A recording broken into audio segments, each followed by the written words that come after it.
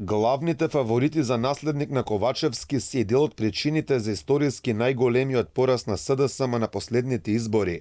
Политичкиот аналитичар Александар Ристевски за Алфа вели оти е јасно дека проблемот треба да се бара и кај нив, бидејќи во текот на минативе години Филипче, Петровски, Деспотовски биле на високи функции во централната власт, пропратени со низа скандали во својата работа. Јас искрено очекував многу поголема раздвиженост и некоја по-реална промена кај нив.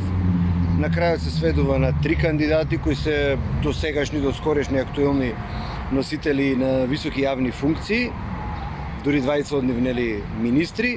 Околу Славјанка Петровска, Јован Деспотовски и Венко Филипче, што да се каже, значи кадри кои реално се и дел од проблемот на ова што му се случува на Социјалдемократскиот сојуз и на овој голем пораз кој го доживеа. Според Ристевски, главен фаворит во трката е Филипче, што би значило еден вид враќање на Зоран Заев на врвот на партијата. Сосема веројатно дека Филипче е еден од најсериозните или најстакнатите кандидати, што истовремено значи своевидно враќање назад на челото на Социјалдемократскиот сојуз, токму на Зоран Заев, со оглед дека е тоа неговиот најблизок пријател, а го гледаме како можност да се осигура да го задржи некој поле на влијание и како една можност за преговарање во случај да биде процесуиран. Откако беше затворен кругот на кандидати за председател, ретко кој од актуелните или поранешни социјалдемократи реагира во јавноста или на социјалните мрежи. Со критика излезе поранешниот истакнат партиски член Ивор Мицкоски,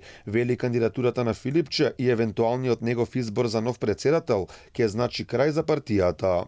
Па трката е Филипче и катастрофата од неговиот спонзор и газда, во соработка со еден-двајца од против кандидатите, можда и со сите. Таа работа е завршена. Тек тогаш ставете и клуч на партијата. Заев ке си ја користи за дилови, членството ќе избега во знам и крај. ВМРО, ако се паметни и поапсат малку, ке владеат 10 години. Какви селјаци уништија градска партија?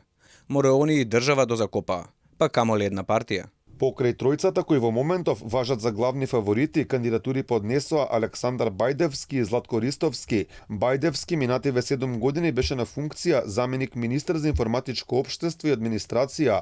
Ристовски е активист на СДСМ од Битола, а според информациите од Бихачка, тој е релативно анонимен во партијата.